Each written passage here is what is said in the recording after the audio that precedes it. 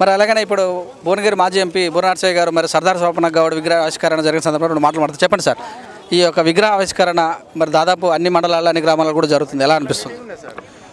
మీ అందరికీ తెలుసు, సర్దార్ సర్వాయి పాపన్న మామూలు పేదవర్గంలో పుట్టినప్పటికీ, గీత కార్మికుల కుటుంబాల్లో పుట్టినప్పటికీ 370 సంవత్సరాల క్రితమే రాజ్యాధికారంతోనే బడుగు బలహీన వర్గాల జీవితాల్లో మార్పు వస్తుందని వారు కిలాషపూర్, మన జనగాం జిల్లా కిలాషపూర్ కోట నుంచి మొదలుపెట్టి అంచెలంచెలుగా అనేక కోటలు స్వాధీనం చేసుకొని చివరకు గోల్కొండ కోటను కూడా కైవసం చేసుకోవటం జరిగింది.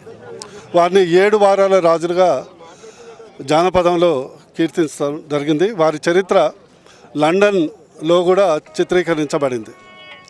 ఈరోజు తెలంగాణ రాష్ట్రం సాధించుకున్నాం. తెలంగాణ రాష్ట్రంలో బడుగు బలహీన వర్గాలకు పెద్దపీట గౌరవ ముఖ్యమంత్రి కేసీఆర్ గారు వేయటం జరుగుతుంది.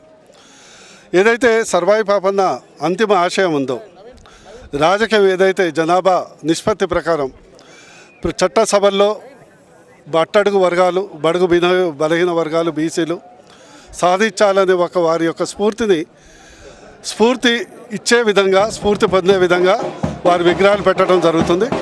ప్రజలకు నేను ఇచ్చే సూచన ఏంటంటే, విగ్రహాలు పెట్టి దండం పెట్టి దండేయటం కాదు, వారు ఇచ్చినటువంటి స్ఫూర్తికి అనుగుణంగా ఈరోజు వారి టైంలో బరిసెలు కత్తులు ఉండే, ఈరోజు బ్యాలెట్ పేపరే ముఖ్యం కాబట్టి రాజకీయంగా ఎదగాలంటే, ఆర్థికంగా ఎదగాలంటే, విద్యాపరంగా ఎదగాలంటే అంతిమంగా ఓటును నమ్ముకున్న వాళ్ళే ఎదుగుతారు కాబట్టి వారి స్ఫూర్తిగా ఎవరికి ఓటేయాలనేది మీరు గుర్తుపెట్టుకోవాలని నేను సెలవిస్తాను.